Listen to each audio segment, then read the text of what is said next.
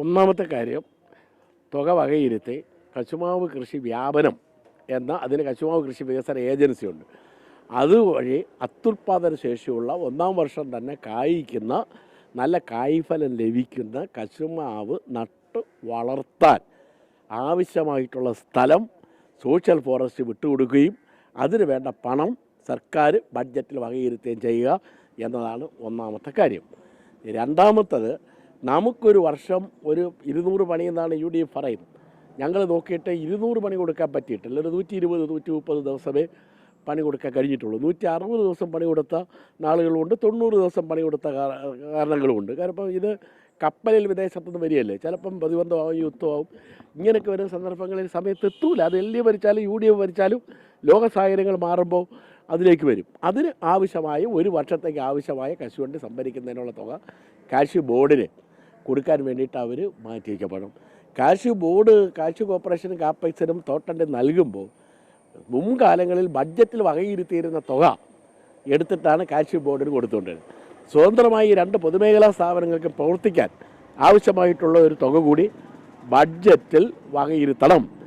സ്വകാര്യ മുതലാളിമാരായിട്ടുള്ള ആളുകൾ ഫാക്ടറി നടത്താൻ തയ്യാറായി വന്നാൽ പൊതുമേഖലാ സ്ഥാപനങ്ങളുടെ നഷ്ടം സർക്കാർ നികത്തുന്നു അല്ലെങ്കിൽ സഹായിക്കുന്നു എന്നതുപോലെ തന്നെ ഇടതുപക്ഷം തുടങ്ങി വെച്ച ആ സഹായം വ്യവസായം നടത്താൻ തയ്യാറുള്ള ആളുകൾക്ക് വ്യവസായം നടത്തുമെന്ന് ഉറപ്പാക്കിക്കൊണ്ട് അവരെ സഹായിക്കാൻ വേണ്ടി കൂടി അവർ തയ്യാറാവണം. ഭാഗികമായ നേരത്തെ പല നിലപാടുകളുണ്ടായിരുന്നു. ഇപ്പോൾ ഭാഗികമായിട്ടൊരു യന്ത്രവൽക്കരണം, തൊഴിലാളികളുടെ തൊഴിലെ ബാധിക്കാത്ത നിലയിൽ നഷ്ടം കുറച്ചു കൊണ്ടുവരാൻ ഭാഗികമായ ചില യന്ത്രവൽക്കരണങ്ങൾ, ഷെല്ലിങ്ങൾ ഉൾപ്പെടെ നമ്മൾ കൊണ്ടുവരണം. അപ്പോൾ അങ്ങനെ കൊണ്ടുവരികയും കൂടെ ചെയ്യുമ്പോൾ വ്യവസായികൾക്കും കുറച്ചുകൂടി ലാഭം നമുക്ക് കിട്ടുന്ന നിലയിലേക്കാവും. പുതിയ ആളുകൾ ഇതിലേക്ക് കടന്നു വരണം. അങ്ങനെ കടന്നു വരണമെങ്കിൽ ഇത് മാന്യമായിട്ടുള്ളൊരു തൊഴിലാണ് എന്നത് തോന്നണം. അതിനാവശ്യമായിട്ടുള്ള വേതനവും അവർക്ക് അതിനുള്ള യൂണിഫോം, കയ്യുറ ഉൾപ്പെടെ എല്ലാ തൊഴിലിനും സുരക്ഷിതത്വം കിട്ടുന്നതല്ലേ. ഞങ്ങൾ വരുമ്പോൾ തറയിലിരുന്നായിരുന്നു കാഷ്യൂ കോർപ്പറേഷൻ തൊഴിലാളി ജോലി ചെയ്യുന്നു. അവർക്ക് സ്റ്റൂളും അതുപോലെ തന്നെ കട്ടിംഗ് മെഷീനും കൊടുത്തിട്ട് അവർക്കൊരു മെച്ചപ്പെട്ട പദവി നൽകിയപ്പോൾ ആ തൊഴിലാളിയുടെ മക്കളാണ് ഞങ്ങളെന്ന് പറയാൻ തൊഴിലാളിയുടെ മക്കളും തയ്യാറായി അഭിമാനബോധത്തോടെ വന്നു.